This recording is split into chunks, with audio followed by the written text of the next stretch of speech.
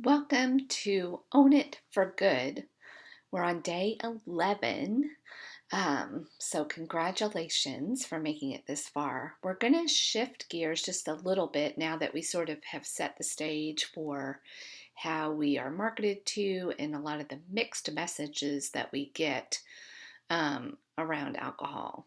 And we're going to learn a little bit more about chemically and the science of what it actually does to the body. So I'm titling this Body Matters. And our theme today is borrowed from Little Red Riding Hood. And the quote here says, "Then she began to weep bitterly and said, 'What can a poor girl like me do now? Knowledge is power.'" And that is so true. So we're going to get some knowledge and some power this week.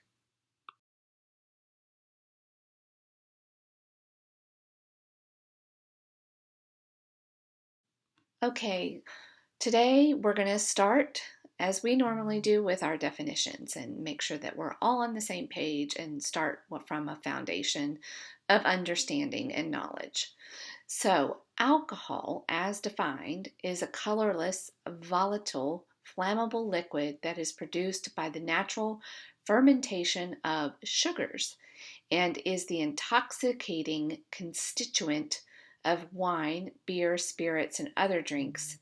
And it's also used as an industrial solvent and as fuel. Oh my goodness.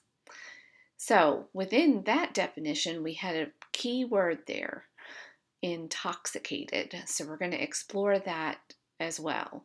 So, to be intoxicated is to be affected by alcohol or drugs, especially to the point where physical and mental control are markedly diminished.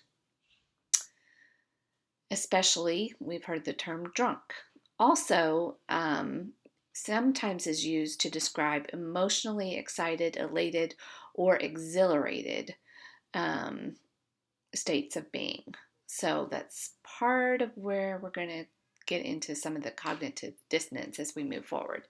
So our quote here, again, also from Little Red Riding Hood, "She did not know the wolf was a wicked sort of animal." And I'm not going to agree completely on this one because alcohol is not in and of itself wicked. It is a liquid, it is a chemical product. But as we're going to learn, it does have some addictive qualities when we partake of it. And so it can become a wicked source of consternation in our lives, which is why we're here.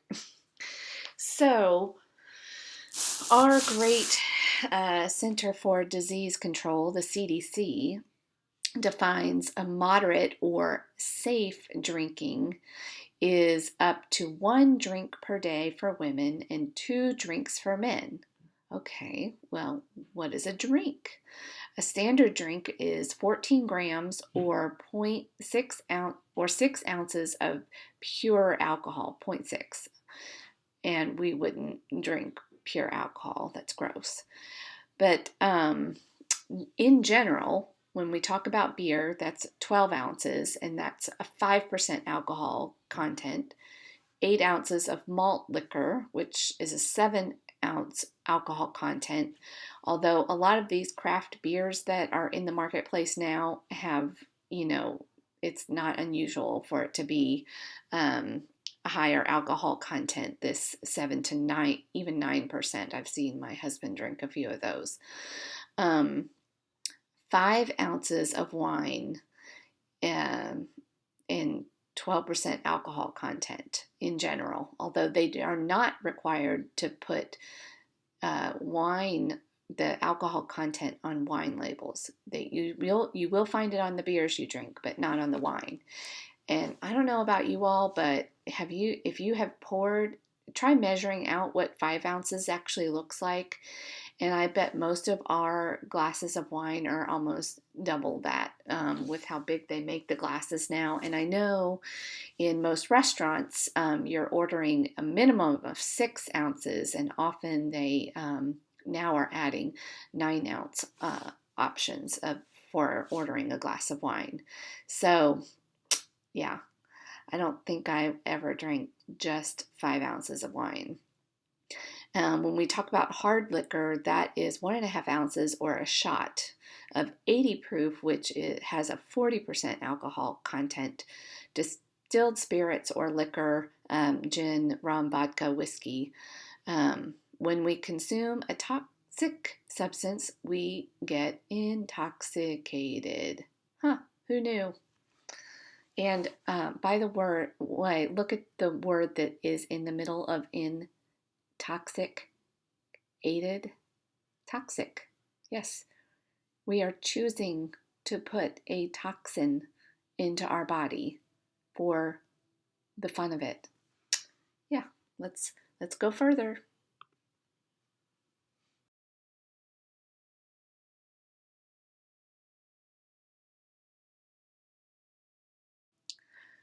The prettier the flower, the farther from the path.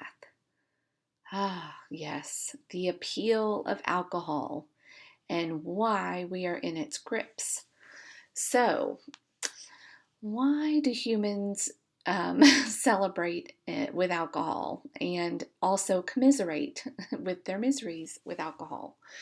Well, let's explore a few of those reasons. And we're just going to touch on the surface level. We're going to dive deeper, but it's just too much to cover in one day. So we're just going to talk a little bit about just this is an introduction to the science of it. So the appeal and the reason we get hooked is that it increases our brain's production of endorphins. Endorphins are the body's natural painkillers, which make us feel good initially. So that's usually what is happening with the first drink and within the first maybe 20 to 30 minutes of drinking. This increase in endorphins also increases production of dopamine, which is a mood boosting chemical. So that's that, yes, this feels good. And it's true. We're not going to discount that is not a true fact of what happens and one of the real promises that alcohol does deliver on. It provides some numbing effects. It also gives one temporary relief from anxiety and depression. So that's why we use it to, relieve stress at the end of a long day when we're just fatigued, either physically, mentally, emotionally, maybe all of it from a day with the kids or a day at the office or caregiving or whatever. It also has a numbing effect of our minds, and it can help us let go of our ambitions and concerns. So this is also another reason we turn to it for the opposite of stress. Maybe we're using it to celebrate and to have fun. And when we're with groups of people where we might normally maybe have a little social anxiety, this is often a reason why teenagers and college students are using it. They're in the height of mating in their life and what do friends think of me and wanting to go out and spend time with their friends. And if that doesn't come natural to them, then alcohol certainly helps ease them in those situations, or us. I know that was also the case for me. So now we understand some of the appeal, at least of having that first drink, but it also creates a thirst for itself, which we'll explore more as well. So some other things that are happening in the body, and again, because it is a toxin, we're actually choosing to take a poison that has been nicely flavored in one of the delivery systems that we discussed on the prior slide. But it's a diuretic, so it's causing dehydration, which can cause a whole host of other problems, but we're not going to go there today. It can cause some sleep disturbances, and especially if you have too much or if you're using it as a sleep aid and you're actually passing out, well, that's not really sleep. That's a different state of being. That's the sedative effect. So when you wake up from that sedation, then you've actually got to get some real sleep. So that's that 3 a.m. wake up call that we all know so well. It dilates our blood vessels, leading to a feeling of warmth, and skin will sometimes flush. But this is misleading also. Our core temperature is actually being lowered, even though we are feeling flushed and warm. We can lose our balance, reasoning skills, coordinating, and concentration. We will have slurred speech and vision, depending on how much you drink at one setting.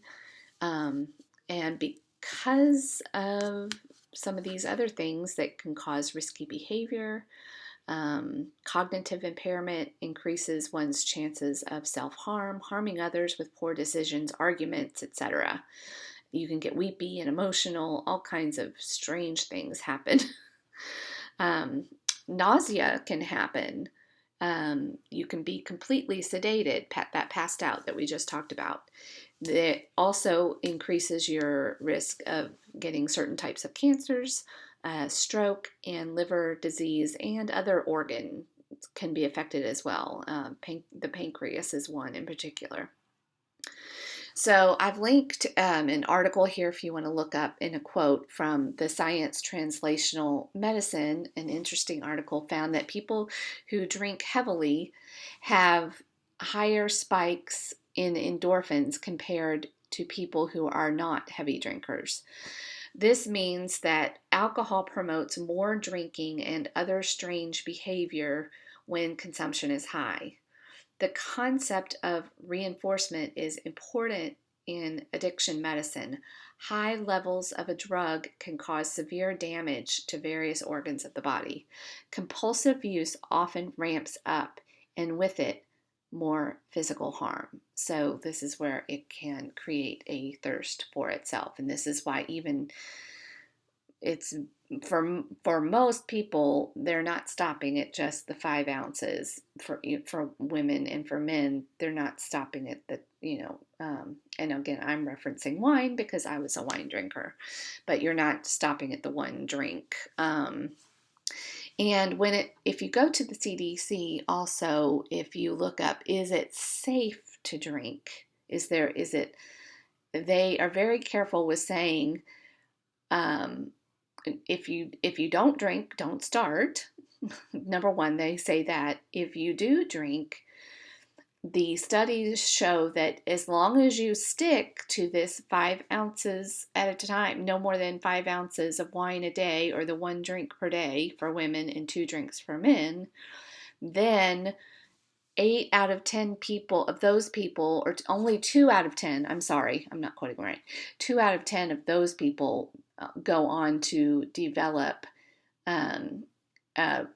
what they call alcohol use disorder.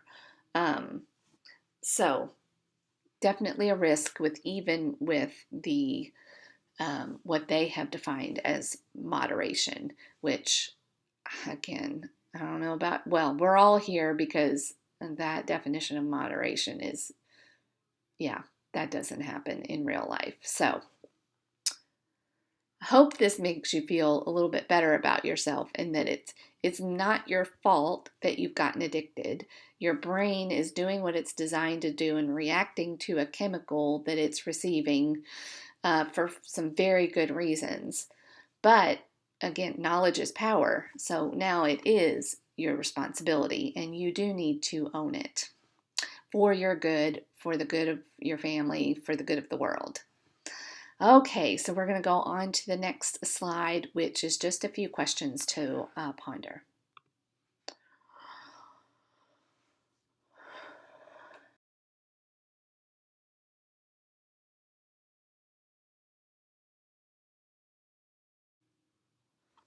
Okay, now that we understand that we get hooked because it creates those feel-good endorphins, and which also helps heighten the dopamine production in our brains, we understand why we would want to drink.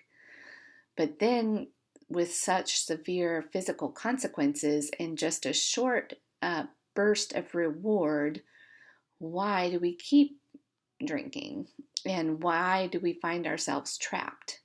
And this Red Riding Hood is quote is very appropriate as you start to question yourself on this. Your deep, dark secret can't be held for much longer. Your red silk hood will only keep you hidden for so much time. The big bad wolf isn't hiding in your closet. The big bad wolf is hiding in your mind.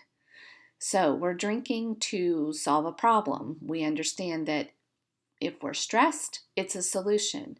If we're happy and we want to celebrate, it's a solution.